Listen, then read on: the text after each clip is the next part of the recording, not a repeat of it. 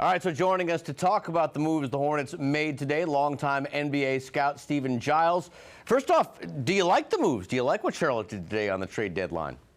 I do. I think they had a successful day, and more importantly, from everyone I heard around the league, the general sense of the league was the Hornets had a very positive day. And of course, there was a lot of talk surrounding Miles Bridges, of course, coming off some great games here. There was talk about him possibly being moved. Why do you think he wanted to remain in Charlotte after obviously signing that qualifying offer before the season? Very clear, to maintain his bird rights. Miles has the best chance of getting the best contract by staying with the Hornets, even if that ends up being a sign-and-trade deal where he ends up going to another team.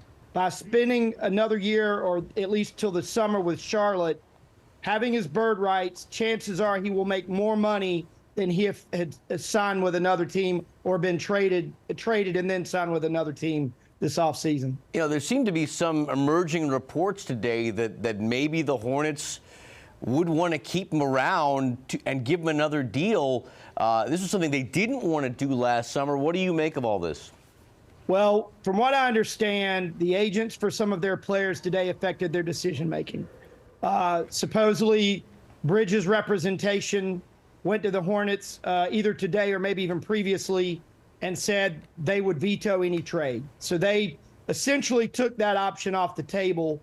Not sure that they could have gotten one done anyway. It would have been a difficult needle to thread, but the report is that their representation removed the option. They said that they would not accept a trade or that they would veto a trade today. Very similar with Gordon Hayward's representation, indicating that he would not be open to a buyout.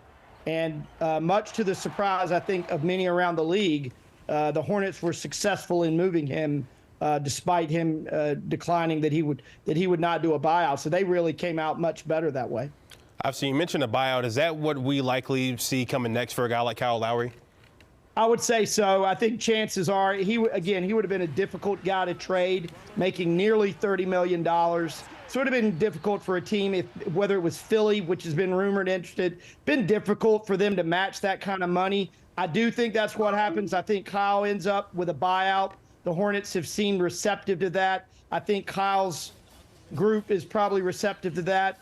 And if you believe the rumors around the league, it sounds like he's connected with Philadelphia. And obviously you would have the connection with Nick Nurse again. Obviously getting away with that fat $31 million contract from Hayward, a big thing. But they also got, they got first-round draft pick, 2 second-round draft picks, and a bunch of guys who are able to play now.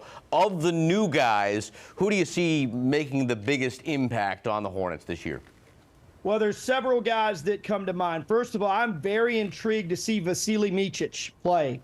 You're talking about a guy that was the best player in Europe for the last 3, 4, maybe even 5 years, was the EuroLeague MVP in 2020-21, was a 2-time EuroLeague Final Four MVP, and he would have come to the NBA sooner had Oklahoma City, he had seen a pathway to playing time with Oklahoma City. But with all of their guards, all of the depth that they had, it just wasn't there for him. So I'm really looking forward to seeing him. I think Coach Clifford is going to really enjoy the opportunity to coach him. Vasilij Micić is a good player.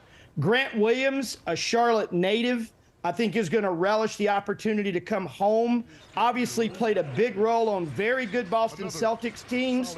Things did not go the way Dallas and Grant had hoped in Dallas, but there's no doubt that Grant Williams is an impact defensive player, and he can make an open three-point shot. One last thing through all of this, and obviously the trade, the team did waive James Bouknight. What ultimately do you think was the reason why it just never took off here in Charlotte for him? I think the reasons were outside of the basketball floor, very clearly. I think Bouknight had issues that went beyond basketball. Some of the incidents that everyone knows about, I think precipitated that. But I think the underlying issue needed to be addressed. And frankly, there are things that have nothing to do with basketball that I think until he addresses those things, his basketball career won't get back on track. If there's a man that knows more about the NBA than Stephen Giles, I have yet to meet him. Steve, thanks so much for your time. I appreciate it. You're too kind. Thanks for having me.